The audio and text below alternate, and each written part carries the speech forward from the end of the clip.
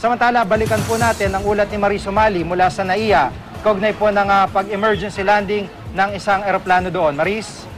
Oo, Jiggy, isang aeroplano nga ng Eva Air ang tumawag sa Manila International Airport Authority Tower bandang 4:16 na kaninang hapon para mag-emergency landing sana sa ating paliparan. Pero linawin ko lang, Jiggy, hindi natuloy yung pag-emergency landing na yan dahil 15 miles up, nag-cancel sila ng emergency request. Pero lumapag pa rin sila dito para i-check nga yung ang naging kaso kasi naging problema, nagdeklara ng smoke o may usok dun sa cockpit ng naturang eroplano. Kaya naman kailangan nilang tugunan agad ito at in the process, kailangan nilang mag-land sa isang pinakamalapit na paliparan.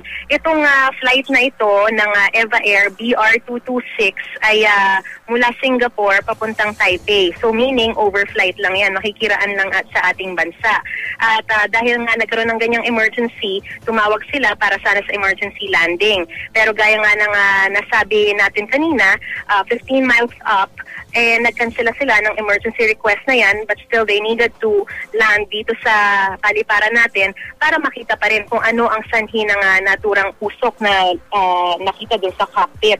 Hanggang sa mga oras na ito ay iniimbestigan pa yan, hindi pa masabi kung ano talaga ang naturang cause ng usok na yan. Pero maayos naman daw nakapag-land ang naturang eroplano at 4:45 p.m. At may mga tumugon na mga rescue and mga police, ambulance and fire truck on standby doon sa runway para sa kanilang pangangailangan.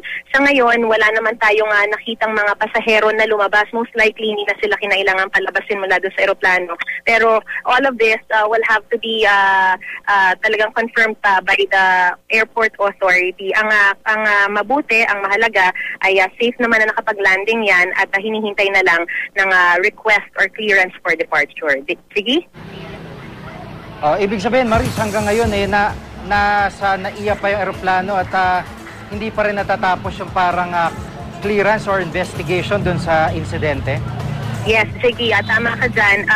Hanggang sa mga oras nga na ito ay nakalapag pa rin dito sa paliparan ang naturang eroplano ng Eva Air at wala kasing nagbibigay ng kumpirmasyon kung kumusta na or ano ba talaga ang naging sanhi. Kanina nakausap lang natin yung si Ramon Gutierrez, Director General ng CAAP, para i-kumpirma yung naturang insidente na nangyari nga kanina. Pero as to the result of the investigation, wala pang makapagbigay sa atin hanggang sa mga oras na ito kung ano talaga yung update tungkol doon. Sige? Maraming salamat, Marie Sumali.